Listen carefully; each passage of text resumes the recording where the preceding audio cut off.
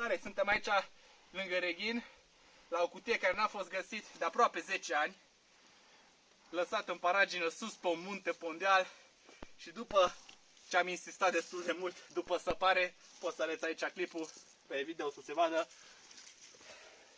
Aici este cutia. Mă mai chinui să o scot puțin, dar cutia după 10 ani aproape există. Ia, ce fericit sunt! N-am urcat degeaba.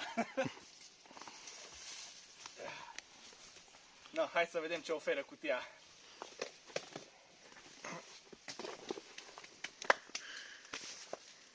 Wow! Asta e a mea. Asta sunt ale mele. Bun, îmi și niște woodcoin-uri cu Mr. Edicus. Uite mai așa să văd că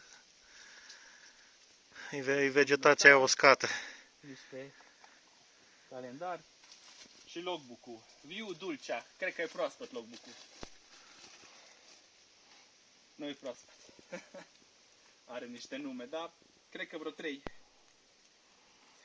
Niște nume de persoane, nu sunt username-uri, adică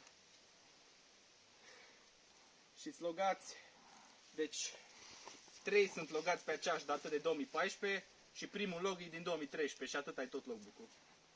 Și cutia a fost ascunsă în 2012 de explorator Brașov. Adică e o exclusivitate.